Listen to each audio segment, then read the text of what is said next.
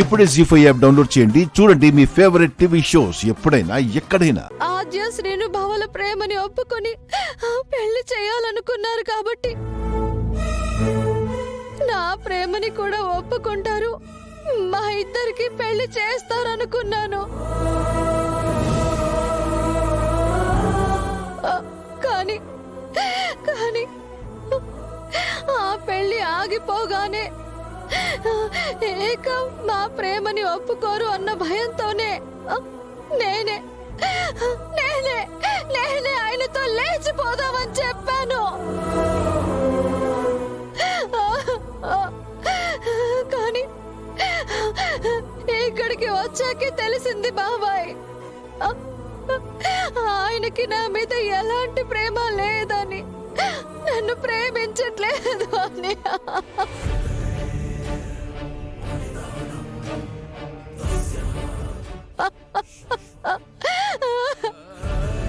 ప్రేమించావా? ప్రేమను ఒప్పుకోరని లేచిపోదాం అనుకున్నావా?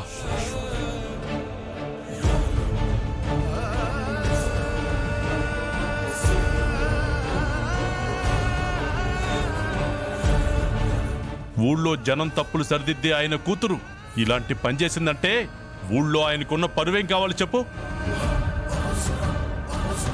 నువ్వు ఊరు దాటిన మరుక్షణం ఆ గుండె ఆగిపోతుంది. ఆ గుండె ఆగిన మరుక్షణం ఈ ఇంట్లో ఏ గుండెలు ఆడతాయనుకున్నావు? నా కూతురు అమాయకురాలు ఎలా బతుకుతుందో అని నిన్ను గుండెల్లో పెట్టుకుని పెంచారు మా అన్నయ్య వదిన. అలాంటి వాళ్ళ గుండెలు పగలగొట్టి వెళ్ళిపోతావనుకున్నావా?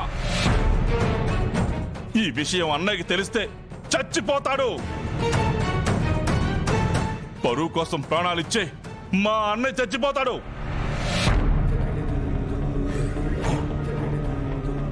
ఒక్కగానొక్క కూతురు అని ప్రాణంగా పెంచుకుంటే వాళ్ళ ప్రాణాలే తీయాలనుకున్నావా?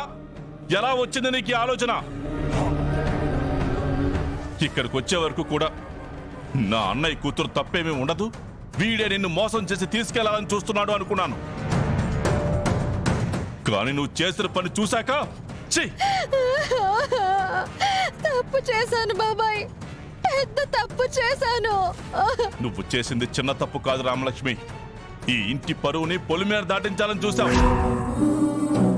అన్నయ్య గౌరవాన్ని ఊళ్ళో పాడిగట్టి ఊరేగించాలని చూస్తున్నావు. ఈ విషయం మా అన్నయ్యకి తెలిస్తే బాబాయ్,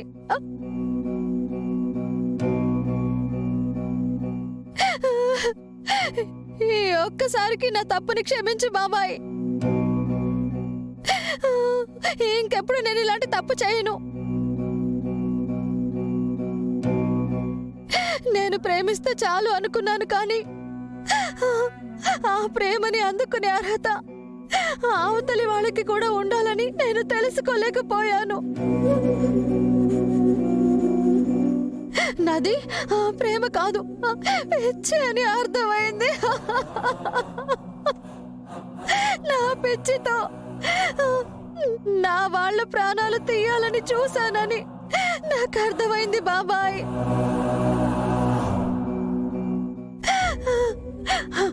బాబాయ్, నీ కాళ్ళు పట్టుకుని అడుగుతున్నాను, ఈ విషయం నాన్నకి చెప్పొద్దు. జీ5 యాప్ డౌన్లోడ్ చేసి అన్ని ఎపిసోడ్స్ పూర్తి ఉచితంగా చూడండి.